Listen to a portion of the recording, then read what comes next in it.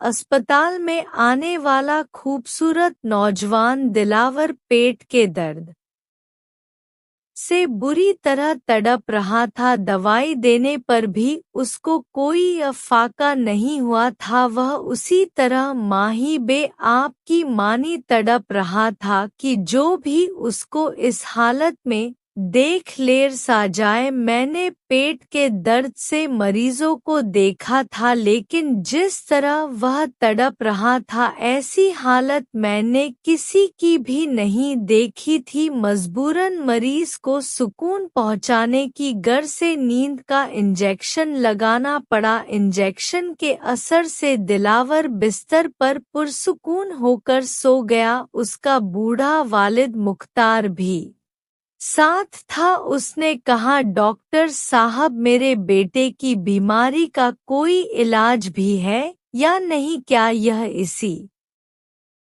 तरह जिंदगी तड़पते हुए उसके बूढ़े वालिद मुख्तार ने बात अधूरी छोड़ दी। मैंने कहा, आपने मुझे दिलावर की जो मेडिकल रिपोर्ट्स दिखाई हैं वह सब दुरुस्त हैं। उनके मुताबिक दिलावर को कोई बीमारी नहीं है। मैंने रिपोर्ट्स उसके वालिद के हवाले करते हुए कहा उसके वालिद मुख्तार ने कहा, यही बात तो हमारी भी समझ में नहीं आती कि यह हर महीने की 14वीं तारीख को दिन के 2 बजे ही क्यों मछली की तरह दर्द से तड़पने लगता है, जबकि इसको कोई बीमारी नहीं है। तो हर माह एक मुकर्रर तारीख पर ऐसा क्यों होता है? मैंने कहा, बाबा, मैं वादा नहीं करता, लेकिन अपनी पूरी कोशिश करूंगा कि दिलावर सेहत याब हो जाए। जिन डॉक्टरों के पास यह जेरे इलाज रहा है वह शहर के माने हुए अपने काम के माहिर हैं और मैं उनके सामने तिफ्ल मकतब हूँ, यानी एक मदरसे में पढ़ने वाला बच्चा हूँ। मेरी बात सुनकर मुख्तार का चेहरा बुझा गया। मुझे उसकी हालत पर बड़ा अरसा आ रहा था। इस उम्र में जब उसको जवान बेटे की जरूरत थी तो वह खुद इस बीमारी में मुब्तला हो गया है जो किसी अच्छे से अच्छे डॉक्टर्स की समझ में नहीं आ रही थी। मैंने उसे तसल्ली देते हुए कहा, बाबा, फिक्र ना करें, अल्लाह ताला सब बेहतर करेगा। जब मरीज ही समझ में ना आए तो हम मरीजों की अलामत ही खैर। मैं इस मर्ज को चैलेंज समझकर कबूल करूंगा। वह कहने लगा, डॉक्टर साहब, मेरे बुढ़ापे का यह वाहिद सहारा है, आप इसको बचा ले, मुझ पर आपका यह एहसान होगा। मुख्तार यह कहते हुए मेरे पाँव पकड़ने लगा। मैंने उस बूढ़े मुख्तार को कंधे से पकड़कर खड़ा किया और कहा, बाबा, आप मेरे बाप की जगह हैं। इस तरह मेरे पाँव पकड़कर मुझे शर्मिंदा ना करें। मुझे जिस इलाके में डॉक्टर की हैसियत से ताना किया गया था वह इलाका शहर से बहुत दूर था। सड़क भी इस कदर पुख्ता नहीं थी कि बस वगैरह उस इलाके में आ सके। यहाँ के लोग शहर आमदो रफत के लिए ऊंट गाड़ी या बैलगाड़ी का इस्तेमाल करते थे। पीने के पानी का भी माकूल इंतजाम नहीं था। वहाँ के मकीन पानी पीने के लिए कुएं का इस्तेमाल करते थे। इलाका के मकीन के लिए तफरी का वाहिद जरिया आबादी से कोई 1 मील दूर कुदरती झील थी जिसमें हर वक्त ठंडा और शफाफ पानी होता था। इलाके के लोग उसमें नहाकर ताज़ा दम हो जाते थे। मुल्की परिंदों की गर्मियों में आमद से झील की रौनक में इजाफा हो जाता था। रंग बिरंगे खूबसूरत परिंदों को देखने के लिए इलाके के अलावा शहर से भी लोग आते थे और खूब लुत्फ अंदज होते। उस झील के बारे में मशहूर था कि उस झील की तह में जल परियां रहती हैं जो रातों को झील की तह से निकलकर ऊपर आती हैं, खेलती हैं और एक दूसरे पर पानी उछाल हैं। जल परियां इतनी हसीन है कि जो उनको एक बार देख ले वह उनका दीवाना हो जाए। यह बातें किस्से कहानियों तक ही महदूद थी। इलाके के किसी भी शख्स ने उन परियों को देखा नहीं था। जिस अस्पताल में मेरा तकर हुआ था उसको अस्पताल कहना अस्पताल की तौहीन कर देने के मुद्दिब था। उसका नाम मुबारक अस्पताल जरूर था, लेकिन वह चंद कमरों पर मुश्तमिल किसी डेरे के जानवरों को पालने की जगह महसूस होती थी। दवाइयाँ भी बराए नाम थी। चंद घरानों पर मुश्तमिल उस आबादी वाले इलाके में आकर मैं फंस गया था। जिसने शहर की पुनः जिंदगी में आँख खोली हो उसको यह इलाका कहाँ पसंद आ सकता था। शाम होते ही पूरा इलाका तारीख में डूब जाता था। हसरा और जानवरों के बोलने की आवाजें उस सन्नाटे में अकेले आदमी को खौफ जदा करने के लिए काफी थी। अस्पताल के बराबरी अस्पताल के अमला के लिए क्वार्टर्स बनाए गए थे। मुझे वह क्वार्टर कम मुर्गी के डब्बे ज्यादा महसूस होते थे। मैं पहली बार जब उस इलाके में आया तो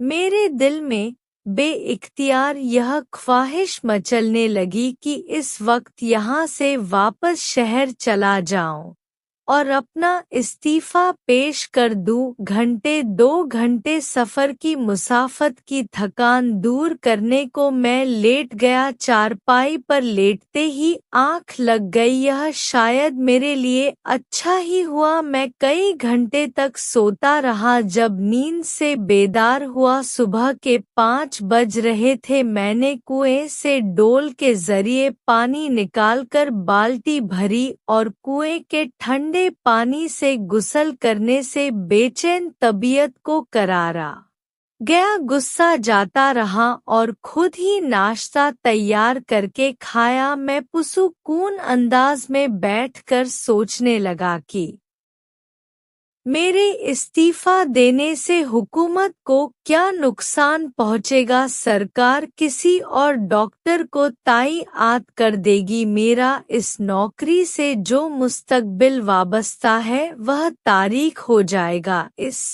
अस्पताल में काम करने से मुझे जल्द तरक्की मिल जानी थी। हुकूमत ने यह नौकरियां खालिस्तान देही इलाकों के लिए निकाली थी और इस नौकरी की ऑफर कबूल करने वालों को जल्द तरक्की देने का वादा भी किया गया था। अस्पताल में डॉक्टर आने से इलाके के लोगों में खुशी की लहर दौड़ गई थी। मामूली नोइज इलाज और को आने लगे थे। मरीजों के आने से इलाके में मेरा भी दिल लगने लगा था। दिलावर उस इलाके का खुबू नौजवान था। वह बड़ी अजीब बीमारी का शिकार था। उसकी बीमारी किसी भी डॉक्टर की समझ में नहीं आ रही थी। मुख्तार ने उस शहर के नामी ग्रामी डॉक्टरों से इलाज कराया था, लेकिन वह सेहतयाब नहीं हो सका। जब पैसे खत्म हो गए तो दिलावर को वह लोग वापस इसी इलाके में ले आए थे। रात गए दिलावर को होश आया। उस वक्त वह बिल्कुल ठीक हो चुका था। लगता ही नहीं था कि दोपहर में उसकी हालत खराब हो गई थी। मैंने पूछा, दिलावर अब तुम्हारी तबीयत कैसी है? उसने जवाब दिया, डॉक्टर साहब मेरी तबीयत बिल्कुल ठीक है। मैंने पूछा, फिर दोपहर में तुम्हें क्या हो गया था? उसने कहा, डॉक्टर साहब मेरी खुद कुछ समझ में नहीं आता कि महीने में एक बार मुझे ऐसा क्यों होता है। मैंने पूछा, दर्द की तुम किस तरह की तकलीफ महसूस करते हो? वह कहने लगा, मुझे ऐसा लगता है कि जैसे कोई कांटेदार चीज मेरे पेट के अंदर के हिस्से को चीर रही है। और यह तकलीफ इस कदर तेज होती है कि बर्दाश्त करना मुश्किल हो जाता है और मैं तड़पने लगता हूँ। मैंने कहा, दिलावर डॉक्टर से, अगर कोई मरीज अपनी बात छुपाए तो उसका इलाज करना बहुत मुश्किल हो जाता है। तुम मुझे बिल्कुल सच सच बताना, झूठ बिल्कुल भी नहीं बोलना। इसी सूरत में तुम्हारा इलाज बेहतर तरीके से हो सकता है। मैंने तुम्हारे एक्सरे और रिपोर्ट्स चेक की हैं।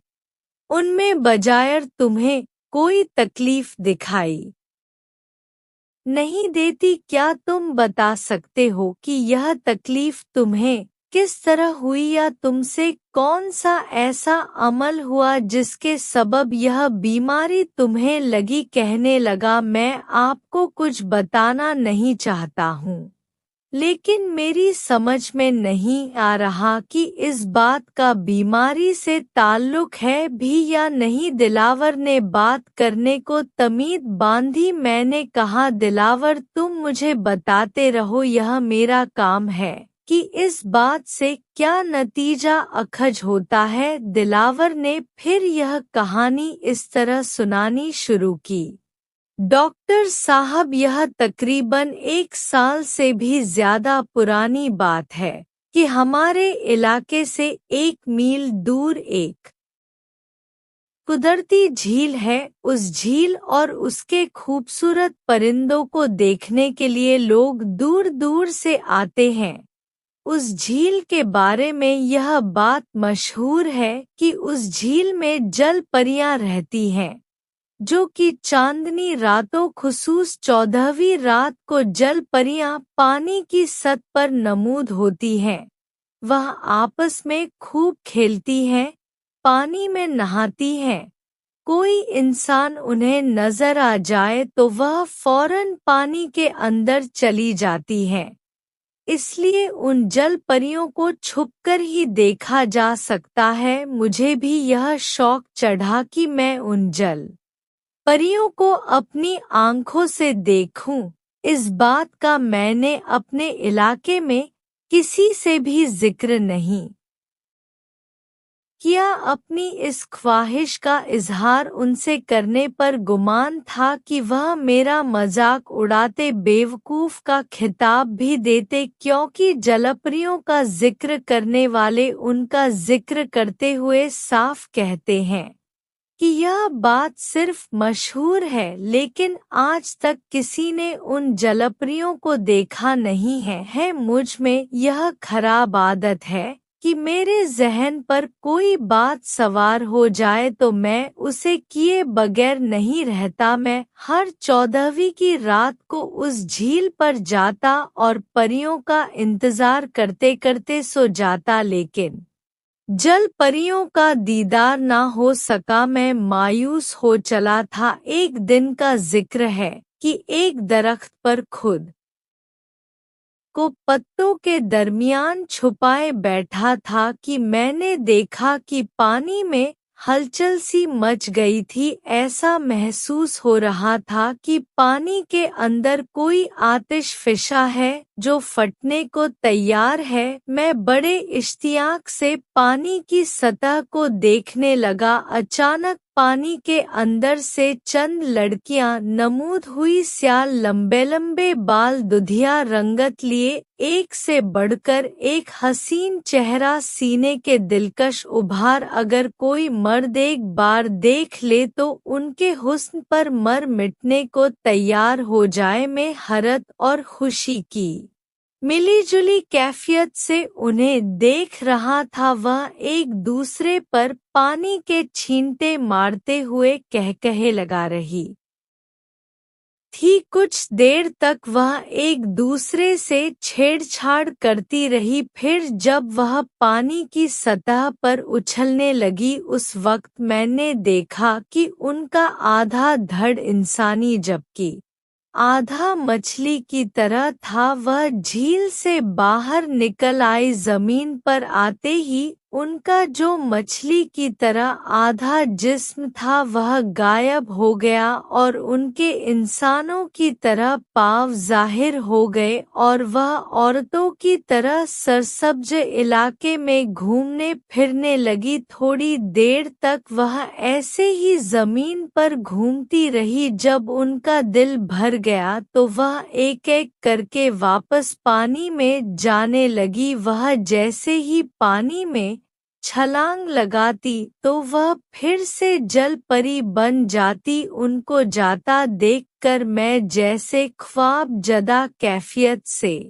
निकल आया और अपने मन मंसूबे पर अमल करते हुए होशियार हो गया। जैसे ही आखिरी जल परी जो सबसे ज्यादा खूबसूरत थी वह पानी में छलांग लगाने ही वाली थी कि मैंने उस पर जाल फेंक दिया। वह जाल में फंस जाने पर खुद को उससे छुड़ाने की कोशिश करने लगी और उसकी साथी जलपरियां एक एक करके पानी के अंदर गायब होती चली गई। मैं तेजी से दरख्त से नीचे उतर आया। वह मुझे देखकर चौंकी, "ये इंसान, मुझे इस जाल से आजाद कर दे, मुझे पानी के अंदर जाना है। मेरे घर वाले मेरे न आने पर परेशान होंगे।" जल परी बोली, "मैंने कहा यह नामुमकिन है कि तुम पानी के अंदर जाओ। कई माह की कोशिश के बाद तुम मेरे हाथ लगी हो, मैं तुम्हें किस तरह जाने दूं?" जलपरी कहने लगी, "मुझे छोड़ने पर तुम्हारे कदमों पर हीरे जवाहरात के ढेर लगा सकती हूँ। तुम अपनी ख्वाहिश का इजहार करो।" मैंने कहा, "मुझे हीरे जवाहरात से कोई दिलचस्पी नहीं है, मैं सिर्फ तुमको अपने घर ले जाना चाहता हूँ।"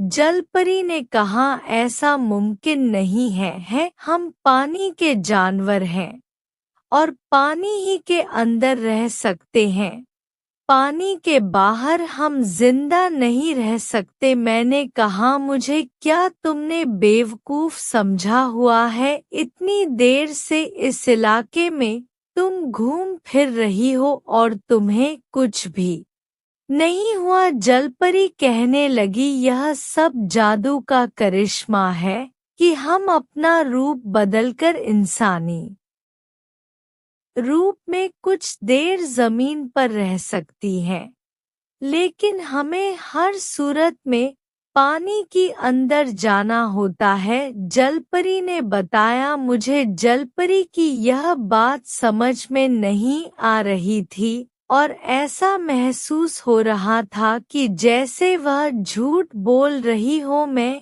किसी तौर उसको जाने की इजाजत देने को तैयार ना था। वह मुझसे इल्तिजा कर रही थी और मैं बेहिस बनकर उसको देख रहा था। अचानक उसकी तबीयत बिगड़ने लगी और वह इस तरह तड़पने लगी जैसे मछली पानी में से बाहर आ जाने पर तड़पती है। मुझे उस पर सा गया और मैंने उससे वादा लेकर कि वह हफ्ते में एक बार जरूर मुझसे मिलने आएगी छोड़ दिया। पानी में जाने पर वह नॉर्मल हालत में आ गई थी। जलपरी ने वाकई अपना वादा निभाया। वह हर हफ्ता मुझसे मुलाकात करने को आने लगी थी, लेकिन वह एक खास वक्त तक ही मेरे पास रुकती थी। उसकी जब तबीयत खराब होने को होती तो वह मुझसे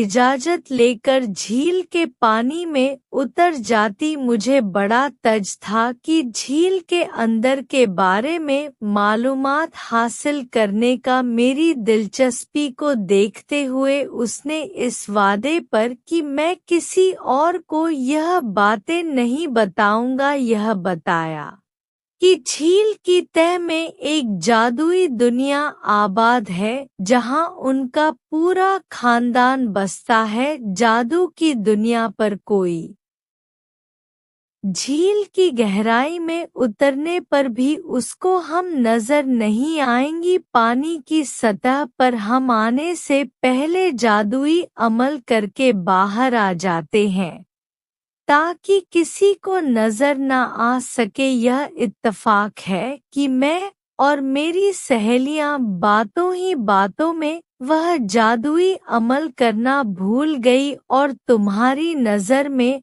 आ गई। जलपरी बहुत हसीन थी और मैं यह जानते हुए भी कि वह इंसान नहीं समुद्री जानवर है उसके इश्क में गिरफ्तार होता जा रहा था। मेरे दिल में उसकी कुर्बत हासिल करने की ख्वाहिश जन्म ले रही थी और एक दिन मुझसे यह फेल सरजद हो ही गया। वह बहुत तड़पी और मचली, लेकिन मैं भरपूर जवान मर्द था। वह मेरी बाहों के हिसार से किस तरह बच सकती थी। मुझे होश आने पर वह गुस्से में बिफर कर चली गई और मैं उसको आवाज़ें देता ही रह गया। मैं अपने किए पर बड़ा नादम था और उससे अपनी इस खता की माफ़ी मांगना चाहता था, लेकिन उसने मुझे यह मौका नहीं दिया कि माफ़ी मांग सकूं। पूरा हफ्ता एक एक दिन काटना मुझे बहुत भारी साबित हुआ। मेरा दिल चाह रहा था कि किसी तरह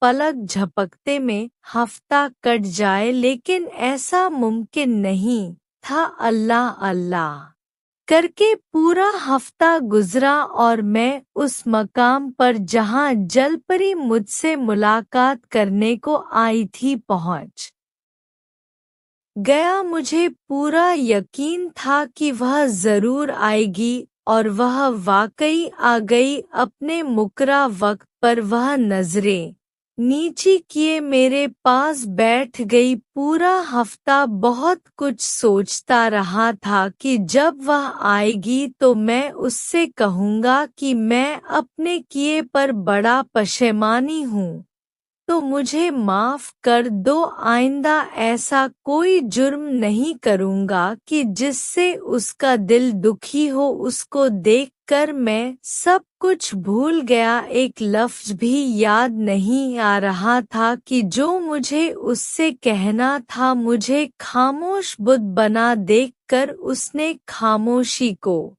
तोड़ा। कहने लगी, मैं तुम्हारे लिए खाना लाई हूँ। यह खाना खास तौर पर मैंने तुम्हारे लिए पकाया है।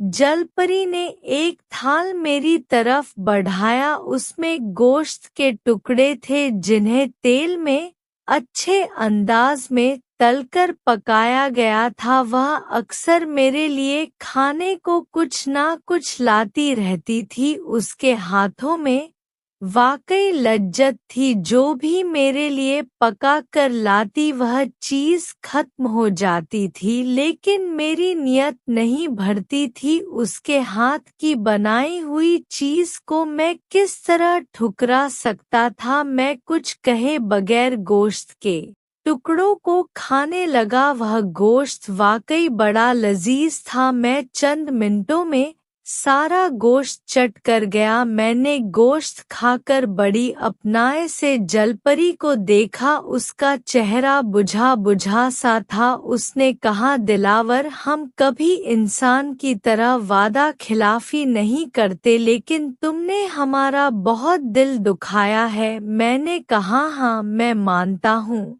कि मुझसे बहुत बड़ी गलती हुई और जज्बात की रूप में बहता चला गया, लेकिन मैं अभी कुछ कहना चाह रहा था कि वह बोल पड़ी, जो लत गुजर चुके हैं उनको वापस नहीं लौटाया जा सकता। आज के बाद मैं फिर कभी लौटकर नहीं आऊंगी, लेकिन तुम्हें अपनी गलती का एहसास होता रहेगा कि तुमने अच्छा नहीं किया था। यह कहते हुए जलपरी तेजी से उठी और पानी की तह में चली गई। मैं उसको आवाज़ें देता हुआ उसके पीछे पीछे दौड़ा, लेकिन उसके भागने की रफ्तार मुझसे ज्यादा तेज थी। झील के पानी की तह में चले जाने पर मैं मायूस होकर वापस चला आया। उस दिन के बाद मैंने फिर कभी उस जलपरी को नहीं देखा। हर चौवी की रात आने पर दिन में मेरे पेट में शदीद दर्द हो जाता है। दर्द की शिद्दत में मुझे एहसास होता है कि मैंने जलपरी के साथ अच्छा नहीं किया। मैंने कुछ सोचते हुए कहा, अच्छा यह बात है। मुझे अपने किए पर पशेमानी है। मैं उससे हर तरह से माफी मांगने को तैयार हूँ, लेकिन वह है कि मेरी सूरत देखने को तैयार नहीं। कभी भी उसको यह ख्याल नहीं आता कि वह मुझसे मिलकर मेरा हाल पूछे। हालांकि मैं हर हफ्ते उस मकाम पर जाकर बैठता हूँ जहाँ हम मिला करते थे। इंसान की जिंदगी में ऐसे लत आते हैं जब वह अपनी ज्यादतियों की माफी मांगना चाहता है, मगर जिसके साथ ज्यादती की गई हो वह नहीं मिलता। मैंने कहा, दिलावर की बीमारी के सिलसिले के बारे में कोई ऐसी बात ना मिल सकी जो दिलावर की बीमारी के बारे में मालूमात हासिल हो सके। जिनके पास वह जेरे इलाज रहा, वह डॉक्टर्स भी उसकी बीमारी के बारे में कुछ बताने से कासिर थे। दिलावर बीमार था, लेकिन उसकी बीमारी से मुतालिक कोई ऐसी बात भी नहीं मिल सकी थी जो उसकी सेहतयाबी के लिए मावन साबित हो। दिलावर का केस मेरे लिए एक चैलेंज की हैसियत रखता था। मैं हर हाल में उसको सेहत चाहता था, लेकिन उसका मर्ज खुद मेरी समझ में भी नहीं आ रहा था। हल्का सा भी सुराग मिलने पर मैं उसके मर्ज का इलाज कर देता। दौरा पड़ने की सूरत में बेहोशी का इंजेक्शन लगा देना, मर्ज पर काबू पाना नहीं।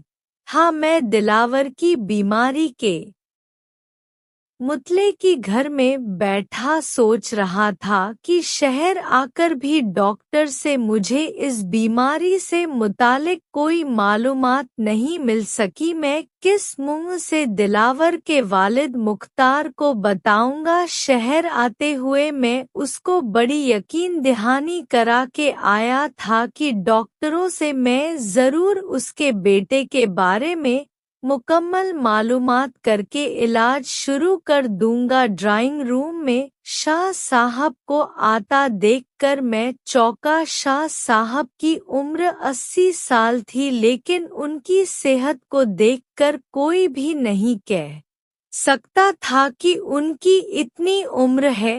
पीरी मुरीदी के सिलसिले से उनका ताल्लुक था। उनके बेशुमार मुरीद थे और वह लोगों का रूहानी इलाज बिला मुआवजा करते थे। जिसको भी उनके इलाज से फायदा हो जाता था वो उनके खलाक किरदार से मुतासिर होकर उनका मुरीद बन जाता था। वह दूर के रिश्ते में मेरे खालू लगते थे। वह जब भी हमारे शहर आते थे लाजमा हमारे घर तशरीफ लाते थे। उनसे मुलाकात होने पर हमें बड़ा रूहानी सुकून मयस्सर आता था। शाह साहब ने मेरे सर पर शफकत भरा हाथ फेरा और कहने लगे, मुजाहिद मियाँ, ऐसा क्या गम लग गया है जो तुम इतने परेशान अकेले बैठे हो। मैंने कहा, खालू जान, कभी कभी ऐसे पेचीदा केस आ जाते हैं कि बीमारी के बारे में पता नहीं चलता कि मरीज को असल मर्ज क्या है। जब तक मर्ज की तस्की ना हो इलाज करना मुमकिन ही नहीं है। मेरे पास जो मरीज आया है मेडिकल की रिपोर्ट्स उसको फिट करार दे चुकी हैं, लेकिन वह मरीज बीमार है। जब दर्द होता है तो अपना पेट पकड़कर इस तरह तड़पता है जैसे मछली पानी के बाहर आने पर तड़पती है। मैंने उन्हें बताया। वह कहने लगे, बेटे, जब मेडिकल फेल हो जाए तो उस वक्त रूहानी इलाजी मरीज के लिए फायदेमंद होता है। मैं ऐसे बेशुमार मरीजों को अल्लाह ताला की रज़ा से सेहत याब कर चुका हूँ। मैं तुमको तावीज़ देता हूँ। इन तावीज़ का इस्तेमाल इस तरह करना है कि तावीज़ पानी में घोलकर जाते ही पिला देना, दूसरा तावीज़ 1 हफ्ते बाद पिला देना, तीसरे तावीज़ उस वक्त पानी में मिलाकर पिलाना है जब मरीज की हालत खराब होने लगे। चौथे तावीज़ को अपनी जेब में संभाल कर रखना। इसके इस्तेमाल का तरीका मैं बाद में बताऊंगा। फिर मरीज के साथ जो भी कैफियत हो मुझे फौरी तौर पर मोबाइल पर इत्तला कर देना। शाह साहब ने अपने हैंडबैग से 4 अदद मुख्तलिफ किस्म के तावीज़ दिए जिन पर 1 से 4 नंबर भी लिखे हुए थे ताकि तावीज़ पिलाने में कोई गलती ना हो जाए। मैं जब ड्यूटी पर अस्पताल पहुंचा, मुझसे पहले ही मुख्तार अस्पताल में मौजूद था। मेरे अस्पताल पहुंचने पर वह मुझे उम्मीद भरी नज़रों से देखने लगा। उस वक्त मैं मरीजों को चेक करने लग गया। मरीज उस दिन कुछ ज्यादा ही आ गए थे। मैं मुख्तार की नज़रों को भाव गया था कि वह मुझसे क्या सुनना चाहता है। मैंने कहा, मुख्तार बाबा, आपके लड़के का इलाज अल्लाह ने चाहा तो बहुत जल्द हो जाएगा। मैंने उसकी बीमारी के मुतालिक तमाम मालूमात अच्छी तरह से हासिल कर ली हैं। मैंने कहा, मुख्तार खुश होते हुए बोला, अल्लाह ताला आपको इसका बहुत अजर देगा। मैंने कहा, आप आज मेरे पास दिलावर को भेज दे, मुझे दिलावर को उस वक्त दवाई पिलानी है। ठीक है, मैं अभी दिलावर को भेज देता हूँ। यह कहते हुए मुख्तार चला गया। दिलावर के आने पर मैंने पानी में तावीज़ घोलकर ताकत की दवाई डाल दी ताकि दिलावर को किसी किस्म का शक ना हो कि मैं उसको खाली पानी पिला रहा हूँ। दिलावर एक घोंट में पूरा गिलास पी गया। पानी पी जाने पर मैंने उसको अपने पास बिठाकर समझाते हुए कहा, दिलावर, घबराने की कोई बात नहीं है तुम्हारा मर्ज इतना खतरनाक नहीं है कि इसका इलाज मुमकिन ना हो। तुम्हारा इलाज हो जाएगा। तुम अगले हफ्ते फिर इस वक्त आकर दवाई पी जाना। उसने कहा, बहुत अच्छा डॉक्टर साहब, मैं अगले हफ्ते फिर आ जाऊंगा दवाई पीने के लिए। वैसे मैं हफ्ते से पहले भी चक्कर लगाता रहूंगा ताकि दवाई के असर से मुझ में, मेरी तबीयत में तब्दीली या खराब हालत होने पर उसका बवत इलाज कर लिया जाए। दिलावर ने कहा। मैंने उसके जवाब में कहा, हाँ, यह ठीक है। दूसरा तावीज़ पिलाने पर भी दिलावर को कुछ नहीं हुआ, लेकिन तीसरा तावीज़ पिलाने पर उसकी तबीयत बिगड़ी और उसके मुंह से हरी और पीली पीली उल्टियां आनी शुरू हो गई। मैं गौर से दिलावर के मुंह से उल्टियां होता देख रहा था। अचानक उसके मुंह से 2 सफेद जानवर से निकले जो एक जानिब भागने लगे। मैंने फौरन हाथ में प्लास्टिक के दस्ताने पहनकर उन दोनों सफेद जानवरों को पकड़ के एक शीशे की खाली बरनी में डाल दिया। वह जानवर बरनी से निकलने की कोशिश करने लगे, लेकिन वह अपनी कोशिश में कामयाब नहीं हो रहे थे। वह बार बार बरनी पर चढ़ने की कोशिश करते रहे और शीशे की फिसलन की वजह से गिर पड़ते। कुछ देर गुजरने पर दिलावर को फिर उल्टी हुई और 2 सफेद जानवर निकले। मैंने उन्हें भी उस मर्तबान में डाल दिया। उन छोटे छोटे जानवरों को देखकर मैं तशवी में मुब्तला हो गया कि यह आखिर चक्कर क्या क्या है। रात को फिर कई उल्टियां हुई। कई और सफेद जानवर उसके जिस्म से निकले जिन्हें मैंने दूसरी बरनी में कैद कर दिया। सुबह होने पर मैंने शाह साहब को फोन करके सारी सूरत हाल से आगाह किया। मेरी बात को शाह साहब ने तवज्जो से सुनने के बाद कहा, बेटे मुझे इस खबर का बेचैनी से इंतजार था। तुम ऐसा करो कि मैंने जो चौथा तावीज़ दिया था उसको पानी में घोलकर वह सारा पानी उस बरनी में डाल दो। पानी की सतह इतनी होनी चाहिए कि उन जानवरों से 2 उंगली ऊंची हो और मर्तबान के ढक्कन को अच्छी तरह से बंद कर देना ताकि वह जानवर बाहर ना निकल सके। जब तुम्हें अच्छी तरह से यकीन हो जाए कि वह जानवर मर चुके हैं, फिर उन्हें किसी तालाब या झील में डाल देना। शाह साहब ने कहा। मैंने कहा, ठीक है खालू जान, मैं ऐसा ही करूँगा। मैंने शाह साहब की हिदायत पर अमल करते हुए वैसा ही किया। बरनी में तावीज़ का पानी जाते ही वह जानवर बुरी तरह पानी में उछलने लगे। ऐसा महसूस हो रहा था कि जैसे उनका दम घुटने लगा है। वह जा थोड़ी देर तड़पकर बेहिस हरकत हो गए, जैसे उनमें जान बाकी ना हो। मैंने कुछ देर तक अपना इत्मीनान करने के बाद कि वह वाकई मर चुके हैं, उन्हें फेंका नहीं। दिलावर भी हैरत से उन सफ़ेद जानवरों को देख रहा था कि यह क्या मखलूक है जो उसके पेट से निकली है, वह भी इतनी तादाद में जो मेडिकल की रिपोर्ट, एक्सरे वगैरह भी जाहिर ना कर सके थे। मैंने मुर्दा हालत में उन जानवरों को झील में फेंक दिया। कई माह गुजरने पर भी दिलावर को फिर से वह तकलीफ ना हुई। शाह साहब से मुलाकात होने पर मैंने जब उनसे उस इसरार के बारे में पूछा तो वह मुस्कुराए और बोले, यह ऐसी बातें हैं जिनके बारे में ना पूछा जाए तो बेहतर है। तुम्हारे मरीज का इलाज हो गया, वह सेहत याब हो गया है, यही तुम्हारे लिए अच्छा है। तुम्हारे मरीज ने जिंदगी में जो तकलीफ उठानी थी वह उसने उठा ली है, लेकिन अब उसके साथ ऐसा नहीं होगा। यह शर्त है कि वह अपनी बात पर कायम रहे जो वह हरकत कर बैठा था, फिर इस तरह की हरकत दोबारा ना करे। जी, मैं बौखला सा गया। मुझे खालू जान के